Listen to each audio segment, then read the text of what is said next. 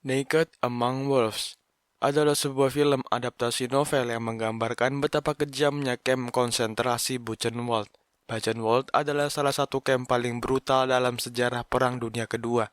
Didirikan pada tahun 1937 di Gunung Ettersberg, kamp ini adalah salah satu kamp terbesar dan pertama milik Jerman. Di akhir Perang Dunia Kedua, kamp ini berhasil diselamatkan oleh pasukan sekutu dengan kondisi tahanan yang sangat memprihatinkan.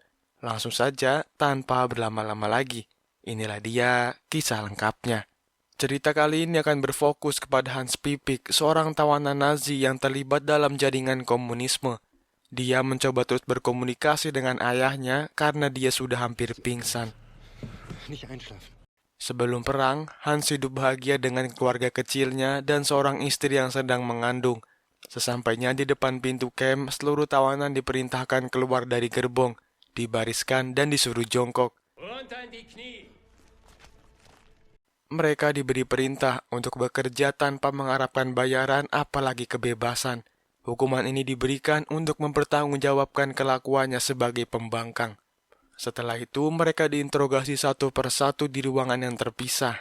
Hans didakwa bersalah karena dia terbukti akan melakukan pemberontakan terhadap Nazi Jerman. Udara dingin semakin menusuk tulang, ditambah suasana mencekam sejak pintu masuk.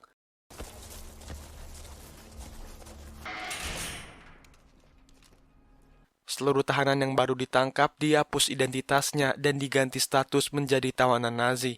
Hari pertama di camp, para tawanan dikumpulkan, ditelanjangi, lalu rambutnya dicukur habis.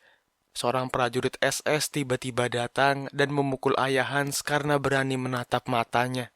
Ayah Hans yang sudah lemas akhirnya pingsan dan dibawa ke pos medis. Setelah dicukur dan dimandikan, para tahanan dipersilakan untuk mengambil pakaian. Di sana, Hans bertemu dengan Hovel, teman ayahnya, yang bertugas sebagai kapo. Hans. Hovel memberikan baju ganti lalu menyelipkan sepotong roti untuk Hans. Di tengah lapang, tawanan dikumpulkan sebelum disuruh bekerja. Tiba-tiba saja, Hovel kembali menghampiri Hans. Kali ini bukan roti yang ia bawa, melainkan kabar kematian ayahnya. Ayah Hans telah tewas ditembak prajurit SS karena sudah terlalu lemas untuk bekerja. Mendengar hal itu, hancurlah hati Hans. Dia tidak bisa berbuat apa-apa selain menangis dan meratapi nasibnya. Musim semi 1945, sekutu sudah berhasil menyeberangi Sungai Rin, lalu kota Darmstadt berhasil direbut. Di tahun yang sama, Auschwitz juga berhasil dibebaskan oleh tentara Uni Soviet. SS memindahkan 60.000 tawanan ke kamp di barat seperti Buchenwald. Peristiwa itu dikenal dengan pawai kematian. 29 Maret 1945, 2 minggu menjelang kebebasan, krematorium di kamp Buchenwald terus mengeluarkan asap hitam pekat. Hans dan kawan-kawan nampaknya sudah mengetahui kalau Amerika akan segera tiba di Buchenwald. Tidak ada waktu bagi SS untuk menghabisi semua tawanan. Di dalam kantor komandan, petinggi SS mulai kebingungan. Dari barat, Amerika dan sekutunya mulai mendekat, lalu dari timur tentara merah juga sudah memasuki Jerman. Para petinggi SS mendesak Komandan Alois untuk mengeksekusi tahanan, tapi Komandan Alois menolak. Dia merasa sebentar lagi Nazi Jerman akan runtuh. Dia tidak mau mati di penjara karena terlibat pasal kejahatan perang. Singkat cerita, kaum Yahudi yang berasal dari ghetto Polandia terus berdatangan. Kericuhan hampir terjadi karena para tahanan takut kalau itu adalah gas beracun. Hans mengajak seorang bapak bernama Zakaria agar segera didisinfeksi, tapi dia terus menolak sambil memegangi kopernya. Dengan sedikit bujuk rayu, akhirnya Zakaria mau menyerahkan kopernya. Hans membawa koper itu ke gudang lalu membukanya. Betapa terkejutnya dia. Ternyata isi dari koper itu adalah seorang anak kecil bernama Stefan. Sementara Stefan disembunyikan di gudang, Zakaria dimasukkan ke kamp khusus orang Yahudi yang jauh dari kata layak. Hans mencoba memberitahu teman-temannya tentang Stefan. Mereka semua berdebat kecil mengenai nasib Stefan selanjutnya, karena bagi mereka akan sangat berbahaya menyimpan Stefan di sini.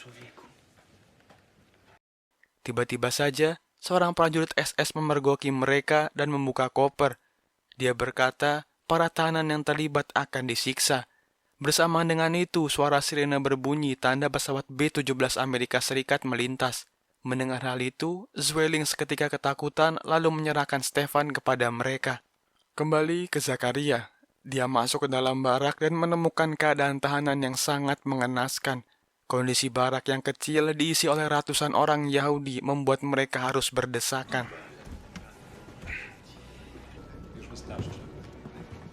Pada malam itu, Hovel pergi menemui Boco rekannya.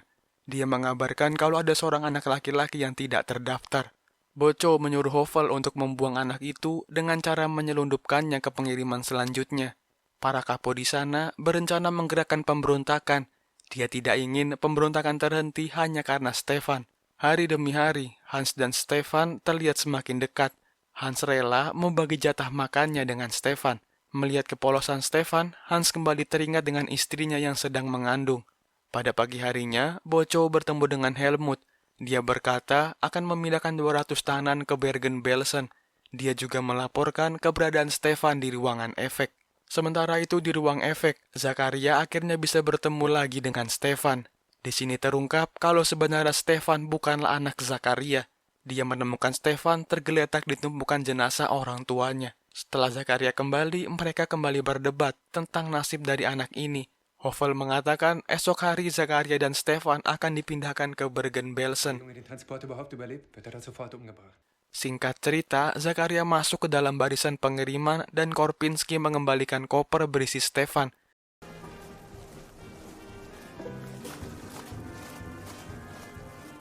Zakaria terlihat sangat senang karena bisa bersama lagi dengan Stefan. Tapi ketika akan melewati pintu gerbang, Zakaria menyadari kalau kopernya bukan berisi Stefan. Karena sudah terlalu putus asa, Zakaria memilih untuk mati.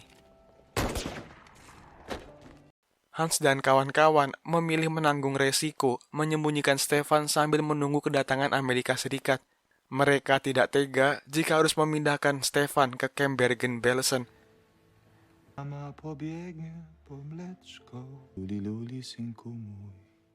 Dari jauh, Zwelling melihat kalau Stefan masih berada di kamp ini.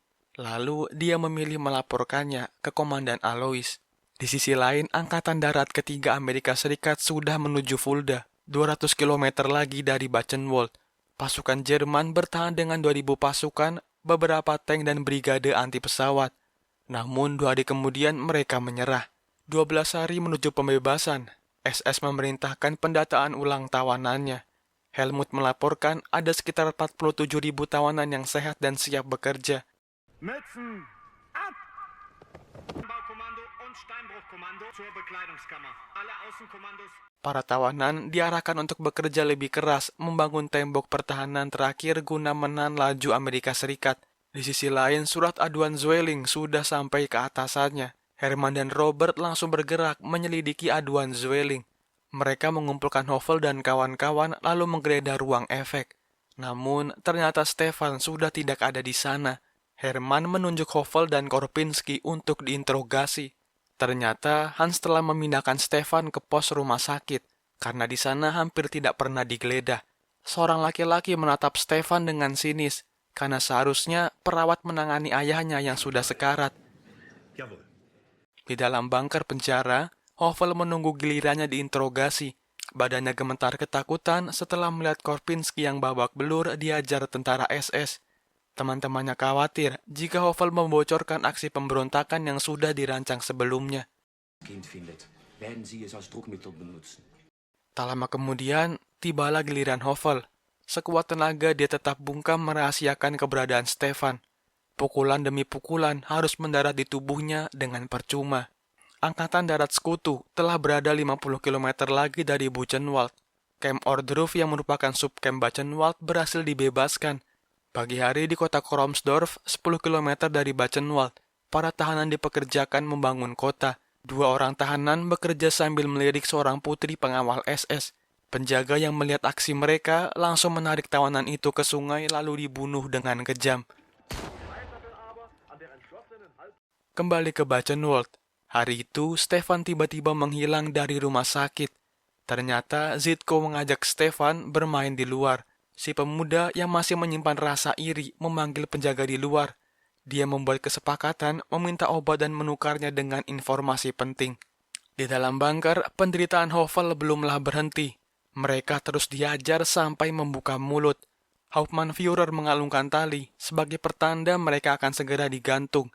Di kantor komandan, seorang prajurit SS melaporkan keberadaan anak kecil di blok rumah sakit. Robert, Herman, serta penjaga lainnya langsung turun dan menggeledah rumah sakit. Lagi-lagi, Stefan tidak berhasil ditemukan.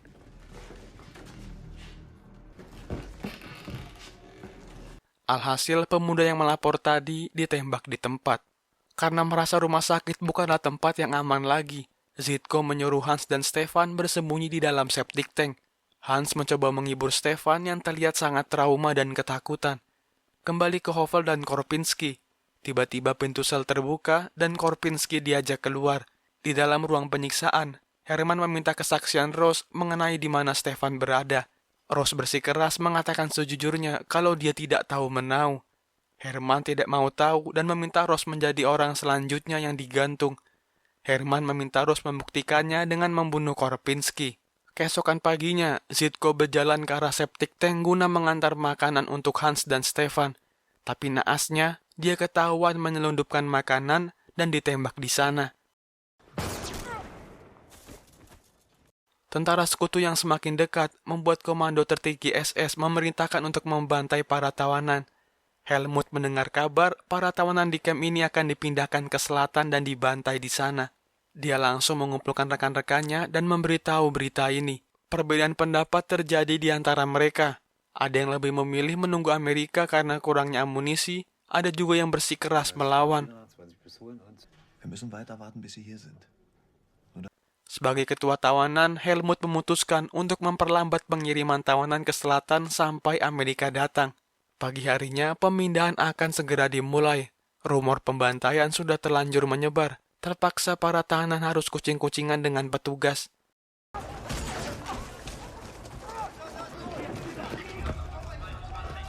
Camp Yahudi menjadi sasaran utama prajurit SS. Helmut dan kawan-kawan berusaha menghubungi sekutu agar cepat datang menyelamatkan Buchenwald. Malam itu, Buchenwald terasa sepi. 10.000 tawanan berhasil dipindahkan oleh SS ke selatan. Di dalam septic tank, Hans sudah mulai kelelahan karena belum makan sejak ia masuk. Hans memberanikan diri keluar dari septic tank guna mencari makan.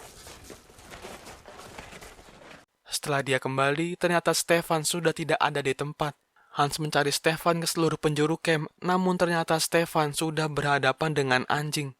Lantas, Hans mendekat ke lapangan, lalu dengan suara lantang dia berteriak memecah keheningan agar mengalihkan perhatian penjaga.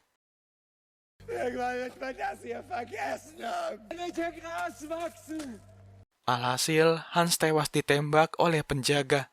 11 April 1945 menjadi hari pembebasan. Kurang dari 20 km lagi, Amerika Serikat akan mencapai Buchenwald. Divisi lapis baja ke-6 Amerika Serikat berhasil memukul mundur pasukan Nazi Jerman yang tersisa. Pembersihan di kamp konsentrasi Buchenwald sudah dihentikan. SS mempertimbangkan untuk membunuh sisa tawanan camp. Di kamp konsentrasi Buchenwald, Herman dan Robert tetap keras kepala akan memusnahkan para tawanan. Padahal Komandan Alois sudah mewanti-wanti agar tidak melakukan hal itu. Komandan Alois memilih lari dan tidak mau bertanggung jawab atas hal mengerikan yang mereka lakukan. Para tawanan yang tersisa mengeluarkan senapan yang sudah mereka persiapkan. Freigabe der Waffen, Kampfgruppen in die Ausgangsstelle. Fang! Ternyata Hans belumlah tewas karena tembakan penjaga semalam meleset dari organ vitalnya. Di saat yang bersamaan, alarm pesawat berbunyi menandakan Amerika sudah hampir tiba. Herman mulai ragu memberikan perintah untuk menyerang. Herman tidak memiliki cukup nyali dan memilih membubarkan unitnya. Di luar, Robert malah menodongkan pistol kepada Alois. Alois berpesan kalau semuanya sudah berakhir dan menyuruh Robert mencari tempat yang aman. Di sisi lain, Zwelling berhasil ditangkap, tapi dia diberi kesempatan untuk hidup mempertanggungjawabkan perbuatannya di pengadilan militer. Bochow memberi pengumuman kalau SS sudah pergi meninggalkan camp dan sekarang mereka semua bebas. Pengumuman ini disambut tangis haru oleh tawanan yang tersisa. Bochow memerintahkan agar jangan ada tindakan balas dendam kepada anggota SS yang tertinggal. Herman si pengecut menyamar menjadi tahanan lalu berhasil keluar. Okay, buddy. You be careful. Di dalam bunker penjara, ternyata Hauptmann-Führer masih belum meninggalkan camp. Dengan jalan yang agak sempoyongan, dia mencari sel tempat Hovel ditahan. Untungnya, rekan Hovel datang menyelamatkan. Mereka lari dan bersembunyi di ruang penyiksaan.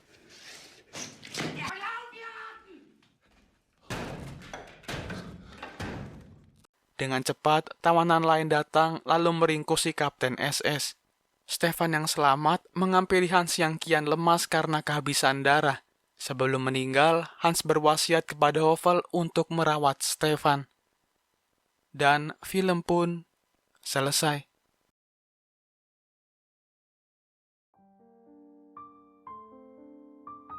Dari tahun 1937 sampai 1945, Camp Buchenwald telah menjadi tempat bagi 250.000 orang dari penjuru Eropa. Pada bulan November 1938, SS dan kepolisian Jerman mengirim hampir 10.000 laki-laki Yahudi ke Buchenwald, di mana mereka diperlakukan dengan sangat kejam. SS juga menahan kriminal, saksi Yehova, orang Gipsi, dan desertir militer Jerman di Buchenwald. Pada tahap berikutnya, SS memenjarakan tahanan perang dari berbagai negara, pejuang perlawanan, dan mantan pejabat negara musuh. Segitu aja alur cerita kali ini. Semoga kalian suka dan sampai jumpa di video seru lainnya.